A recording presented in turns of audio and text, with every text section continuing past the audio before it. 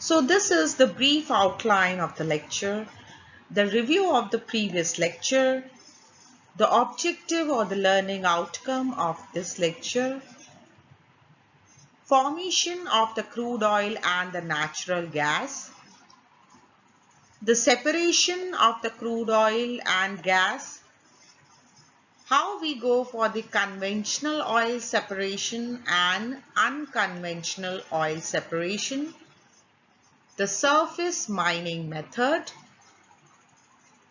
the exercise after completing the topic, references, SELO, Student Effective Learning Outcome. What is the objective or the learning outcome of this lecture? As we all know that petroleum products are the materials derived from the fossil fuel crude oil or petroleum, and it is processed in the oil refineries. The majority of the petroleum is converted to the petroleum products, which includes the several classes of the fuels. The students will be able to understand the separation of the crude oil and the natural gas, or we can say the extraction method. This is the first and foremost process that should be done before the use of the petroleum or before the refining of the petroleum.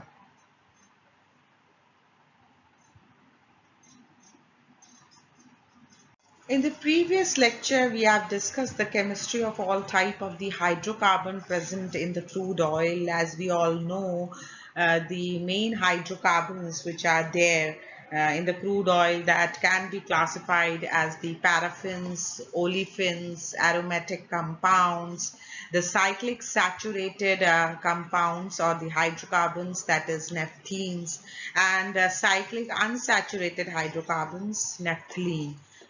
So as we have discussed its chemistry of all type of the hydrocarbon, as paraffins as having the little affinity towards the reagents, and olefins are more reactive than the paraffins, and they show the electrophilic addition reactions. Aromatic compound follow the aromaticity, so benzene and its derivative, which is having the pleasant odor. Such type of the hydrocarbons come in the category of the aromatic compound, and they mainly show the electrophilic substitution reactions. Then we have the cyclic saturated hydrocarbons in various alkyl derivatives which are present in the crude oil, that is naphthalene and naphthalene, which is more reactive than the benzene and other aromatic hydrocarbons, and it undergo the electrophilic substitution more easily than the simple aromatic hydrocarbon, that is benzene. So we have covered all the hydrocarbon chemistry in the previous lecture. Now we are moving to the first step to understand the separation of the crude oil and the gas, which formed over millions of the years ago beneath the rock under the sea. The term petroleum is derived from the Latin word petra, which is having the meaning rocks, and oleum, that is the oil.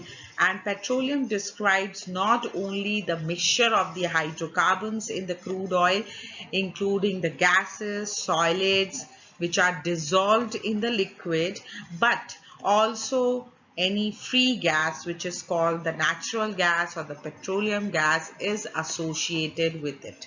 So the formation of the petroleum, which occurred over millions of the years ago under the excessive temperature and the pressure.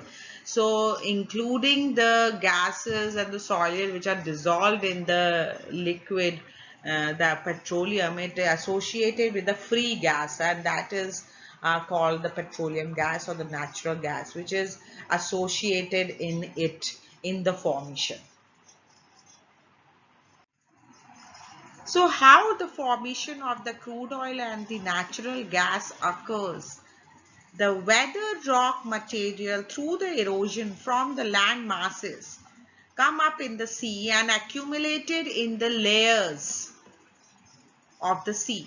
You can see here these are the layers of the sea, and in between these rock materials, the marine plants and the animal organism, when they died up, they go for the deposition over millions of the years under excessive temperature and the pressure. So this causes the formation of the crude oil or the petroleum, which is associated with the natural gas.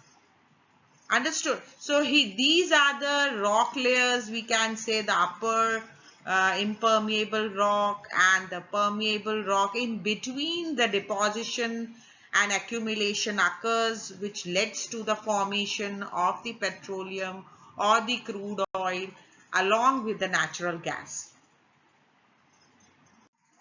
So depending on the thickness of the sediments or the deposition, the high pressure which goes for building up, and the biochemical activity occurs. So these all are the factors led to the formation of the petroleum. The subsequent earth movement, which causes the uplift of these sedimentary basins, can cause the migration of the petroleum, because this is the liquid and it can migrate through the pores in the rocks, as well as sometimes it move far from the area where it is formed originally. So we can say the migration can occur, and sometimes the petroleum found somewhere else, depending on the migration of the liquid through the pores. So in course of migration, some of the petroleum accumulated in the traps, whereas the permeable rock was bounded by the impermeable rock.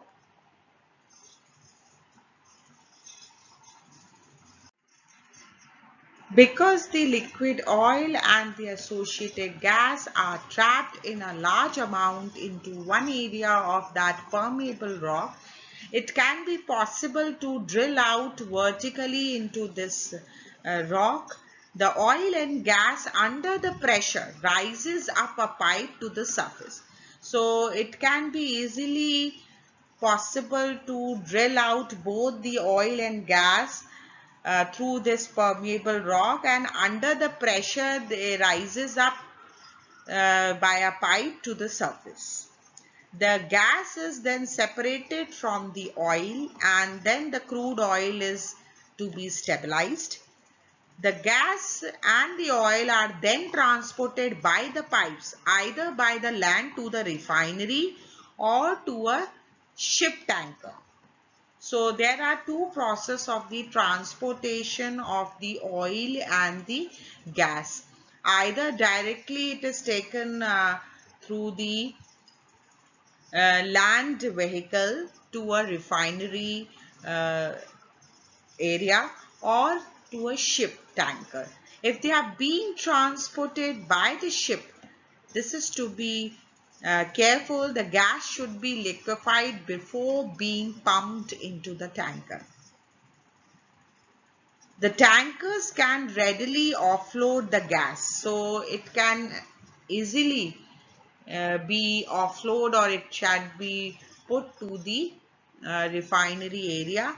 The gas and the oil refineries all over the world built near the coastline. Always if we are having the refinery which are lying near the coastline, so it is easy to offload the gas which are being pumped in the liquefied form in the tanker, which can reach to the refineries. So this is to be taken care of. If it is transported by the ship, the gas is liquefied before being pumped. So it is easy to offload the gas and the oil to the refineries. So let's see the petroleum gas, or we are saying the natural gas, which is associated with the crude oil in the formation we have seen.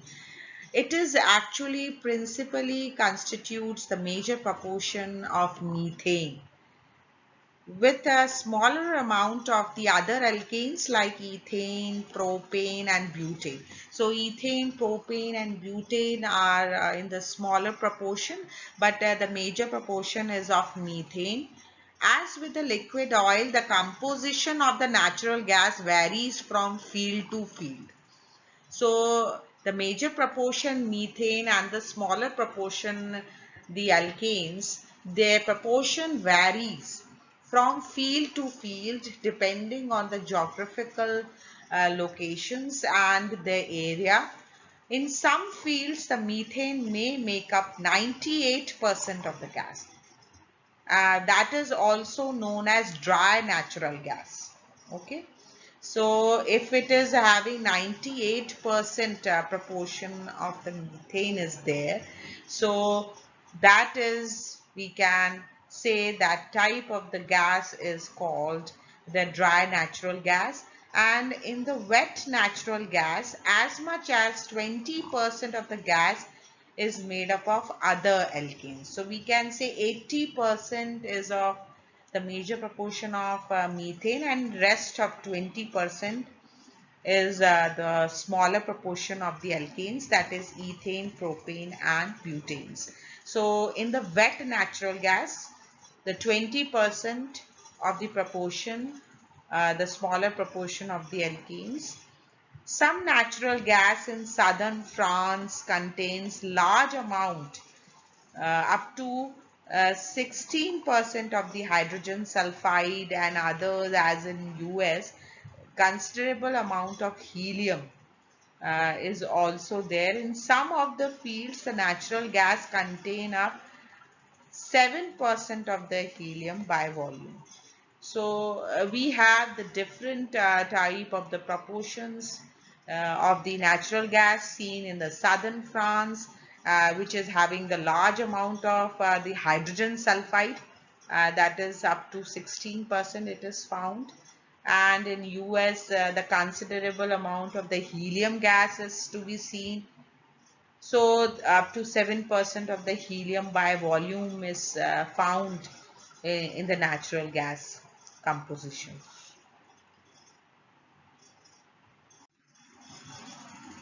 So for the separation of the crude oil and the gas, which is formed beneath the rock material over the millions of the years, so let's learn the first and foremost method which is to be done, that is the oil recovery or the extraction process.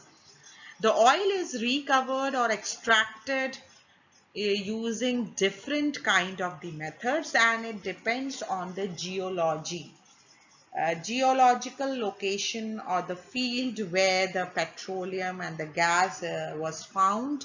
So depending on that location and that field, we decide the recovery methods or the extraction methods.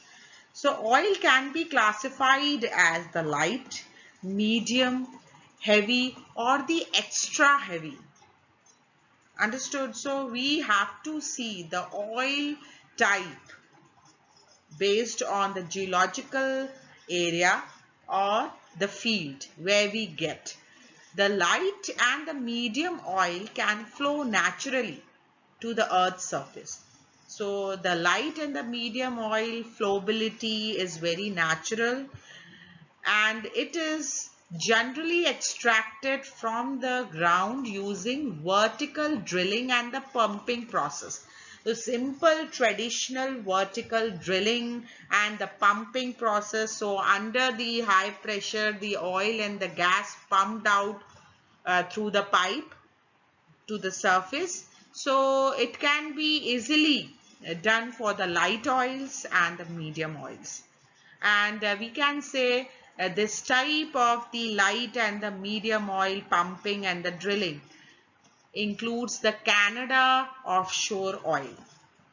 So the Canada offshore oil, it is one kind of the light and the medium oil, and which can be easily extracted through the vertical drilling and the pumping process. Some light oil is trapped in the tight non-porous rock formations. It can also be happen case some light oils are trapped under non-porous rock formations and usually the shale.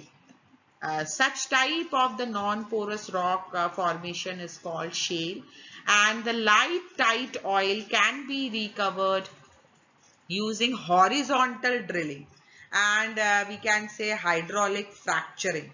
So if the light oils are trapped under non-porous rock, that is we can say the shale, so that can be recovered or extracted by the horizontal drilling and hydraulic fracturing.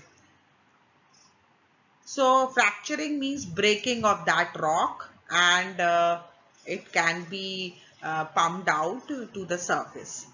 And if the oil is heavy, that is, we can say it has a thick consistency that does not flow easily. So for the heavy oils, or if we are having extra heavy, so that is having too much thick consistency, so which cannot flow easily, which often requiring the advanced technology to extract. So for that, the advanced methods, advanced extracting process to be used for the heavy oils to extract that, because they normally do not flow naturally. They're having the thick consistency. So range of the separation process requirements for the oil and the gas extraction includes, we can say from the formation area, the field area, the separation of the oil and the gas includes the various range of the methods. We can say the drilling method, if we are using for the light oils, so we go for the preparation of drilling muds, the separation of the solid particles, gases and other liquids from the underground crude oil, the purification of the underground natural gas free from the particles, liquid, mainly oil and water and other gases. So purification is done. The preparation of the fluids, mainly the water, for the use in flooding partially exhausted reservoirs to increase the oil production. So we go for having the purification method, preparation method, separation of the particles and the gases and other liquids, the separation of the liberated oil from the sand and the shale deposits and from the liberating water. So the after drilling the oil and the gas from the field, so this purification and the separation from the shale deposits, these range of the separation is to be taken on the prior process. The conventional oil. What are conventional oil? The conventional oil is a liquid at the atmospheric temperature and the pressure. So we can say the light oils, which can have the natural flow and which is liquid at the atmospheric temperature and pressure, so that it can flow through the wellbore and a pipeline. So that type of the oil are the conventional oil. We can say the light and the medium oils. Light viscous, medium viscous oils are the conventional oils, and they are to be extracted from the underground using the traditional drilling and the pumping methods. So these oils can be easily pumped out, drilled out with the traditional methods. Unlike the heavy oil, we can say the bitumen oil, sand oil, which is too thick to flow. That is to be taken as a thick oil, that is bitumen, which is also called oil sand oil. Without being heated or diluted, it cannot be extracted. It is easier and less expensive to recover the conventional oil, but it requires less processing after the extraction. Conventional oil development is both land-based and offshore. So we can say the less expensive recovery is of the conventional oil and less processing is required for the extraction of these oils, and the development can be of both land-based and the off-based of the conventional oils.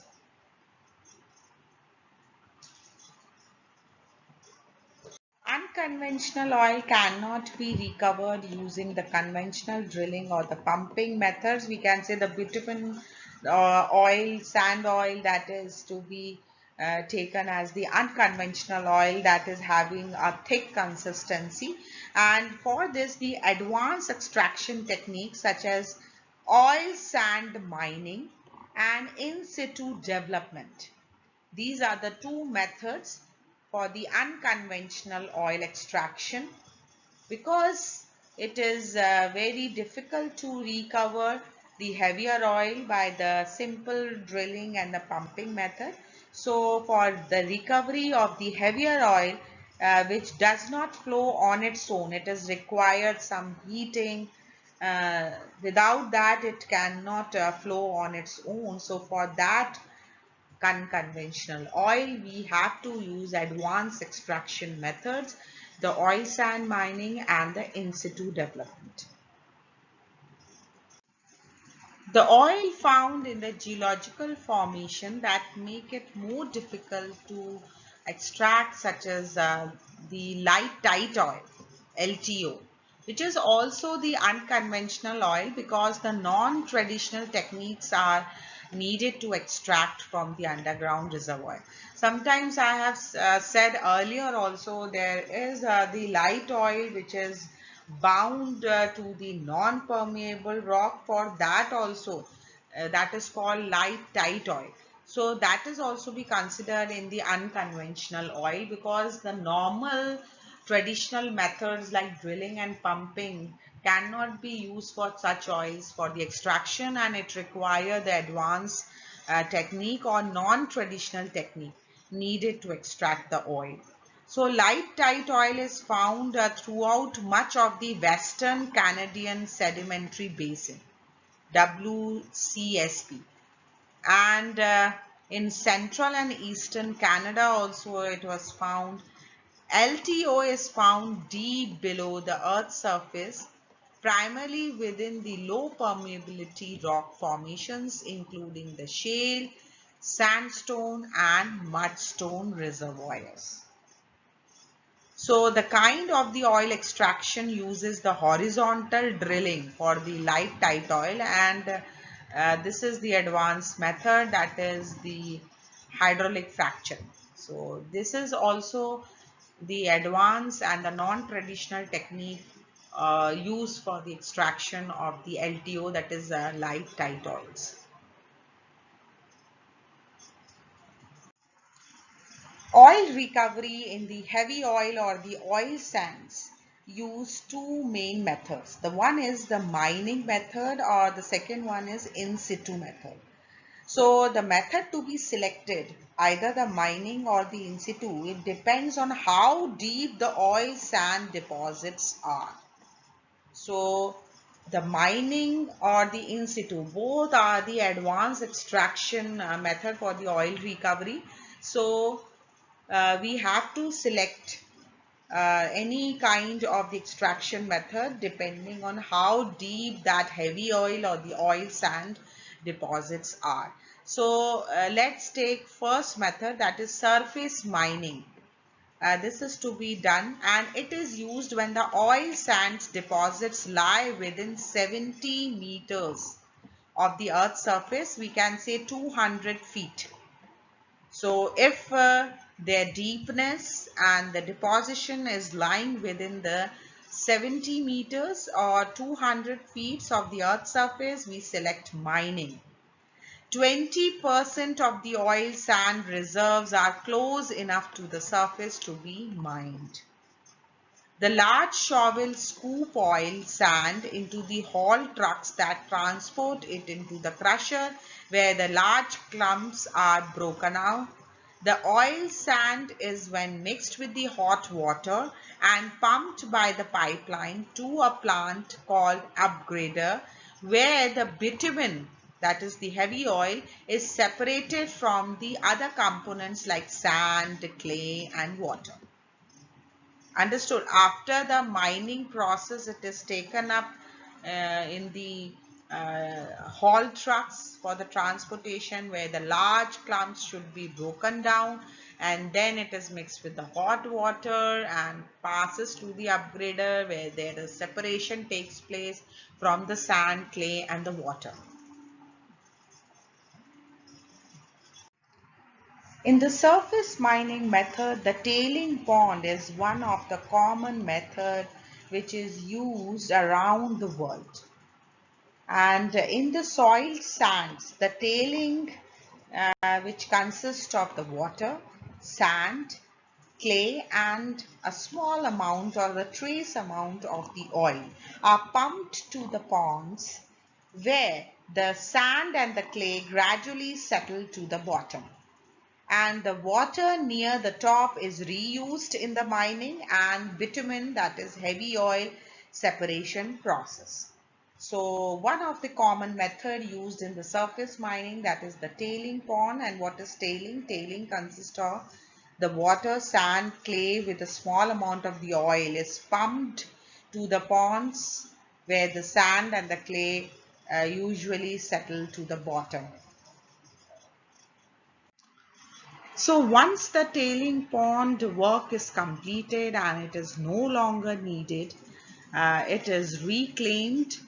Oil sands companies that have the mining operations done at that area, researching many of the techniques to solidify the tailing faster, so the ponds can be dried out, resurfaced with the soil and planted with the local tree and the shrub species. So once the whole process completed, the process is going, or the technique to be researched out, so that whatever we have used in the tailing pond, that should be dried and the surface become natural with the local tree and the shrub species. So they are trying to make that surface where the mining is done to become as natural as it before. Now the process to be understand the surface mining extraction by a small short video here.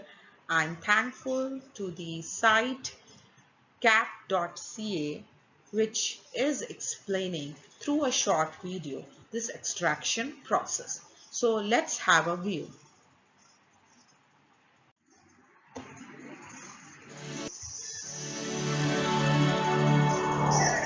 Canada's oil sands are recovered using two main methods, drilling and mining. About 20% of the resource, known as bitumen, is found within 70 meters of the Earth's surface. These reserves, a mixture of bitumen and sand, are shallow and can be recovered through mining. Only 3% of the oil sands' total surface area can be mined. Oil sands mining is a three-stage process: mining, extraction, and tailings management. Typically, in mining operations, the oil sands are scooped up by large shovels and loaded into heavy haul trucks. The trucks deliver their load to a crusher, which breaks down the large clumps of bitumen and sand in preparation for transport. There are several methods of transport. One is hydrotransport. Water is added, and this mixture is sent to the extraction facility by pipeline.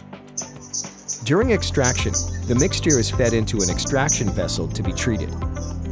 Hot water is added, which helps separate the bitumen from the sand. Gravity pulls the sand to the bottom of the vessel while the bitumen floats. Sometimes the bitumen goes through a second separation process to improve the quality. The bitumen is removed as a froth and is now ready to be moved to an upgrader or sent via pipeline for export. Meanwhile, the mixture of sand and water at the bottom of the extraction vessel, also called tailings, is transferred to tailings ponds to settle and separate. As the solids settle out, the water on top is sent back to the mine to be heated and used again in extraction. Recycling water in this way reduces the amount of water needed for mining operations. All lands disturbed by oil sands mining operations, including tailings ponds, will be reclaimed to a self-sustaining landscape. Bitumen is a valuable resource that can be refined into transportation fuels such as gasoline, diesel, and jet fuel. It can also be used by petrochemical plants to create everyday products like cosmetics, textiles, plastics, and lightweight construction materials. Learn more at cap.ca.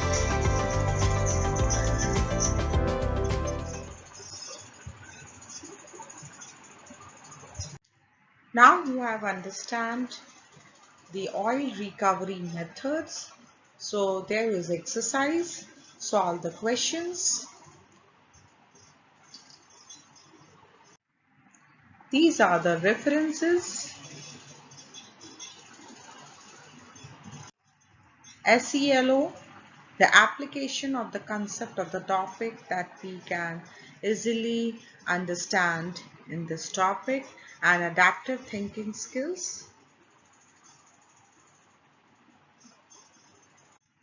In the next lecture, we see the in situ development method of the extraction of the heavy oil.